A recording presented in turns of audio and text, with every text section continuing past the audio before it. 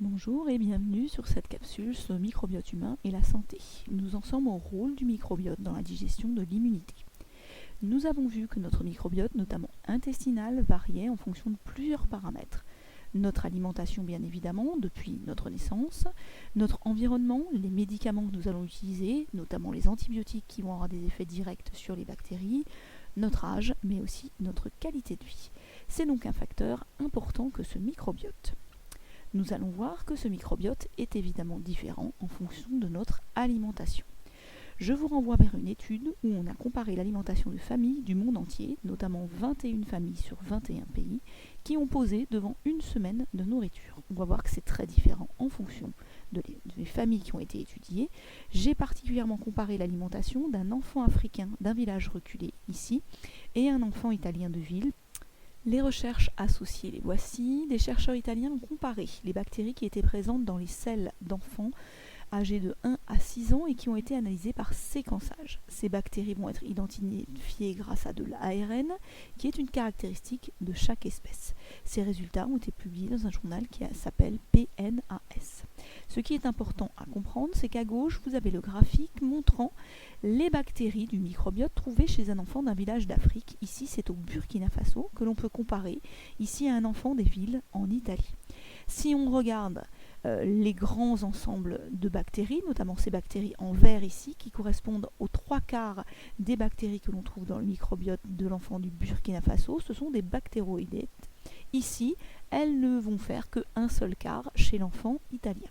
A l'inverse, les firmicutes, qui sont ici présents à peine à 12%, vont être plus de la moitié des bactéries présentes chez l'enfant italien.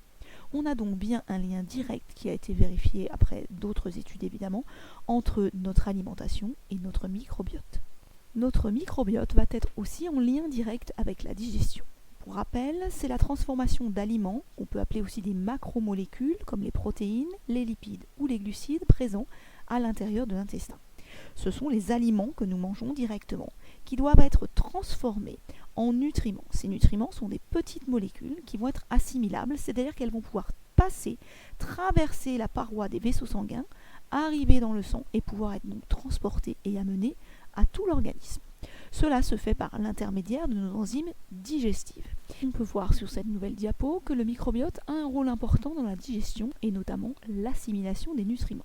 Si certains passent directement sans être transformés, c'est le cas du fer, d'autres comme le lactose ou la cellulose vont être transformés par l'intermédiaire de ces bactéries. Nous n'avons pas d'enzymes spécifiques à certaines de ces molécules et seul le microbiote va pouvoir permettre une transformation en ces nutriments assimilables, c'est-à-dire qui vont être transportés par les cellules de la paroi de l'intestin et arriver dans notre sang.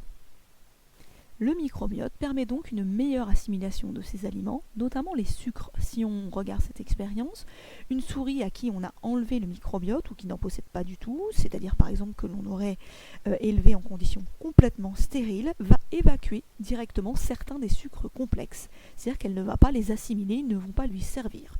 Une souris qui posséderait de façon tout à fait normale un microbiote va au contraire se servir de ces sucres complexes, pouvoir les digérer, c'est-à-dire les transformer en sucres simples, les absorber dans son intestin et s'en servir pour produire de l'énergie, stocker ou directement utiliser ces molécules. C'est grâce donc à son microbiote que ceci est possible. Notre microbiote n'a pas uniquement un rôle au sein de notre digestion, mais aussi de l'immunité, c'est-à-dire de la lutte contre les organismes pathogènes, c'est-à-dire qui pourraient potentiellement nous rendre malades. En effet, bon nombre de bactéries de notre microbiote émettent des substances anti-inflammatoires. Cela va permettre de limiter l'inflammation liée à ces micro-organismes pathogènes.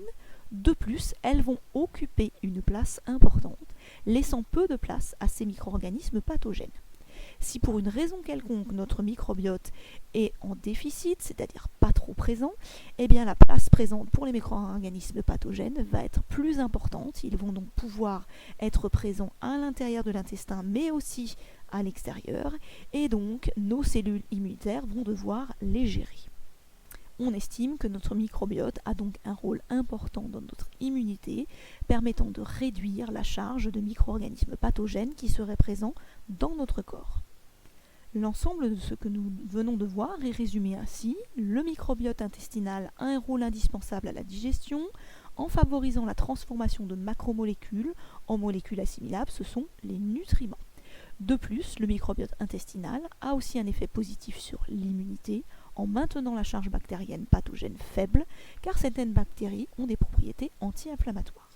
Vous avez résumé l'ensemble de ce que je viens de dire et de ce qu'on a vu avant sur ce schéma où on vous montre que la diversité du microbiote est liée notamment à notre alimentation et à la prise d'antibiotiques, mais aussi évidemment à l'allaitement, à l'établissement du microbiote lorsqu'on est jeune. Les rôles de ce microbiote que nous venons de voir sont donc la digestion et l'immunité. Il est donc important de faire attention à son microbiote parce qu'il est indispensable à notre santé et parce que pour notre digestion et pour notre immunité, eh bien, il faut manger varié et équilibré avec notamment l'importance des fruits et des légumes, mais aussi des fibres, de ce qu'on appelle les probiotiques, des protéines animales et végétales avec des parts qui ne sont pas trop importantes, notamment pour les protéines animales, et une alimentation riche en oméga 3 et 6 et riche en vitamines et minéraux.